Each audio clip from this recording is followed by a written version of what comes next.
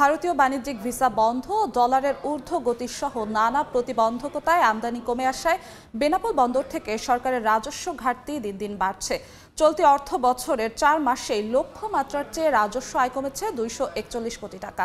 এ বিষয়ে বিস্তারিত জানাতে বেনাপোল বন্দরে আছেন সহকর্মী আজিজুল হক। সরাসরি যাচ্ছি তার কাছে।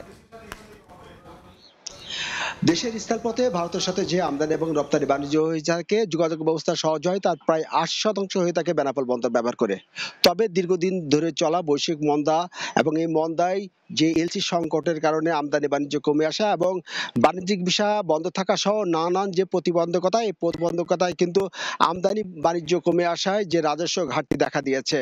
আমরা বেনাপোল কাস্টম সূত্রে যে পরিসংখ্যানে জানতে পেরেছি, 2024-25 অর্থ বছরে বেনাপোল কাস্টম থেকে যে আমদানি পণ্য এখানে ভারত থেকে আসে, সেই আমদানি পণ্য থেকে রাজস্ব আয়ের লক্ষ্যমাত্রা নির্ধারণ করা হয়েছিল 6,238 কোটি টাকা। তবে প্রথম 4 মাসে যে লক্ষ্যমাত্রা ছিল, সেই লক্ষ্যমাত্রার চেয়ে কিন্তু 241 কোটি টাকা ঘাটতি দেখা গিয়েছে।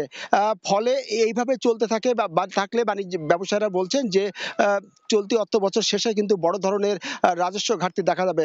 আমরা ইতিমধ্যে বেনাপোল বন্দরের যে স্থলপথে এবং রেলপথে ভারতের সাথে আমদানি এবং রপ্তানি বাণিজ্য হয়ে থাকে, আমরা যে রেলপথে যে তথ্য পেয়েছি তা সেখানে আমরা দেখতে পেয়েছি 2023-24 অর্থ বছরে জুলাই থেকে অক্টোবর মাসে রেলপথে ভারত থেকে আমদানি হয়েছিল 12,700 মেট্রিক টন পণ্য।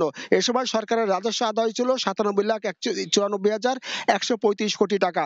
এবং 2024-25 অর্থ বছরের একই সময় আমরা দেখতে পেয়েছি ভারত থেকে রেলে আমদানি কমে দাঁড়িয়েছে মাত্র 4,818 মেট্রিক টন এবং এখানে রাজস্ব আদায় হয়েছে 83,66,276 টাকা। অর্থাৎ 2023-24 অর্থ বছর থেকে 2024-25 অর্থ বছরে বেনাপোল এই বন্দরে রেলপথে যে রাজস্ব ঘাটতি, সেখানে কিন্তু 54,27,852 টাকা রাজস্ব ঘাটতি দেখা গেছে।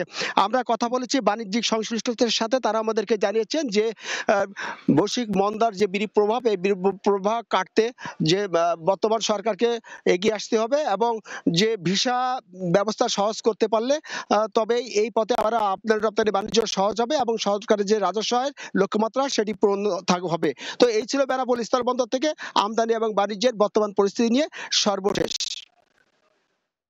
বেনাপোল বন্দর থেকে সরাসরি যুক্ত হয়েছিলেন সহকর্মী আজিজুল হক।